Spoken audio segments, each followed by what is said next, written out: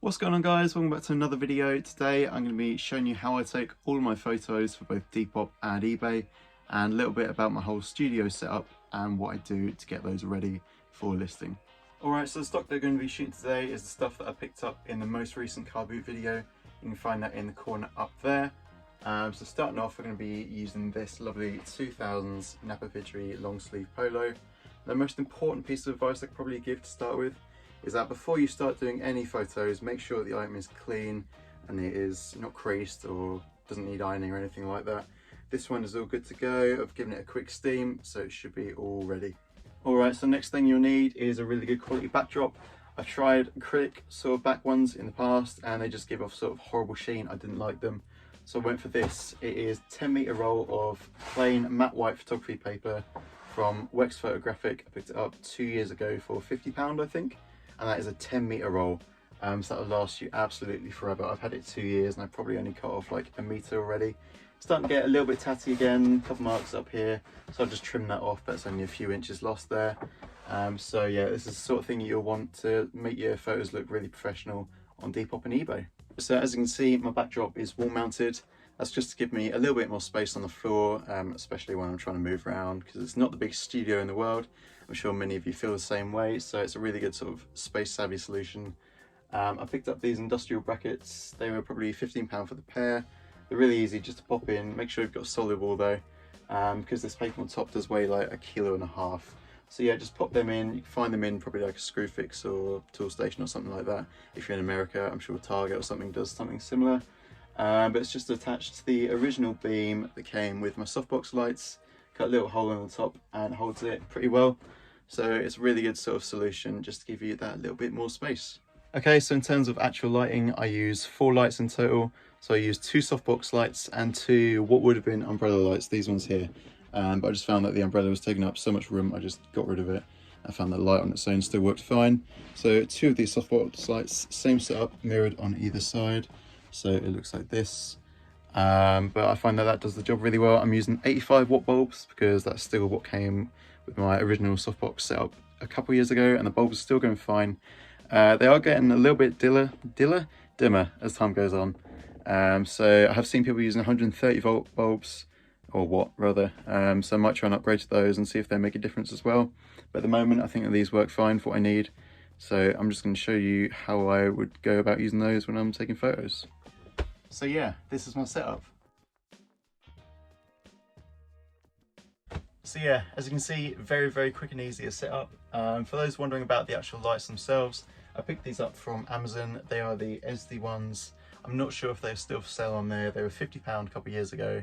I think they've gone up just like everything else. They're maybe £60, £70 now, but still a really good price for 4 lights. And you do get 2 backdrops as well. I just choose not to use them because I've moved on to this now. But yeah, really good price. And if you do have Prime, it's free delivery too. Okay, here we are. This is pretty much standard practice for how I take all of my photos at this point. Simple flat lay with, you know, a light in every single corner. I think this way you don't have any dark patches or anything like that, because you've got light hitting it from all angles, so you get the same color as it is meant to look, so it gives your customers the best idea of how their item will look when they get it. Some people like to just use 2 lights. That's fine as well, whatever works for you. Also, I much prefer flat lays to modelled shots because I tried it once. Have a look at this. Yeah, not amazing. So big kudos to anyone that can actually pull off model shots.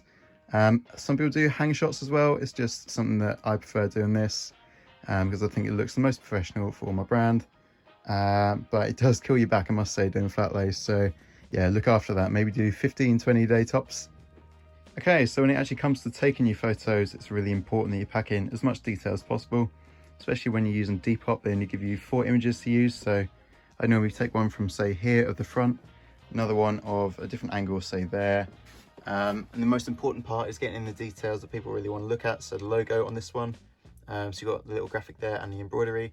And then people always like to look at the size tag because it helps people decide if it's genuine or not. And also the true size that it fits. Now on Depop, obviously you mentioned all the features anyway, but on eBay they actually give you more photos to work with. So you can take photos of things like this. This one actually has some sort of single stitch effect on it, and little studded buttons, so things that people really want to look out for. Also the little mark on the back there as well. Just little things like that that could swing the weight of a buy on eBay. When it comes to actually taking your photos for your Depop shop, you don't need anything fancy at all. You can just use your iPhone or Android for some reason if you have an Android. But I personally much prefer using just a camera. Simple DSLR. This is a Canon 100D. It is probably 4 or 5 years old now, but I still think it does the job really well. I have fiddled around with professional settings on an iPhone, but I just don't think they give you as many variables as a physical camera. You know, you still get your white balance, the ISO on an iPhone, but I have compared the two, and I think the color that you get from a DSLR's photos are much more similar to that you get from the original item. So that is why I still stick with one of these. All you need is a little, from your SD card port, take the SD card out and put it in one of these. It's a little adapter that does just plug straight into your phone. You see it's got a little iPhone port there. You can get them from Android as well. But yeah, I just find that works really well. It takes a couple minutes to download all the photos to your phone, and that'd be, you know, really high resolution JPEG or RAW photos. A really useful tip if you are shooting on Android or iPhone is to change your aspect ratio to square instead of the regular one that it comes with. That way when you do go to upload your items to Depop, they're in the right size so they won't get shrunk down, and it makes it a lot easier for editing as well.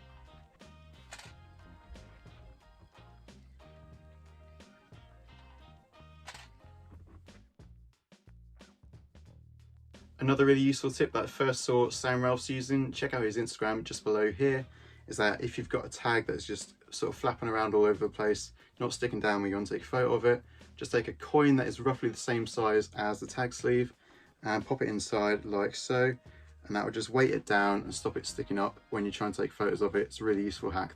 When it comes to actually editing your photos, I prefer to use Photo Room. It's a great app that can just enable you to quickly remove the background if there's anything in there that you don't want. So you just keep the raw image itself, and you can select a variety of backgrounds, any color, sort of surface that you want to use, and it's really quick and simple to do. But yeah, that's probably it for today's video. Thank you guys for checking this out. I hope that helps you. If you have any more questions, just let me know and I'll do my best to answer those. But yeah, thank you guys as always for watching. If you could like and subscribe, that'd be great, and I'll see you guys in the next one. Peace.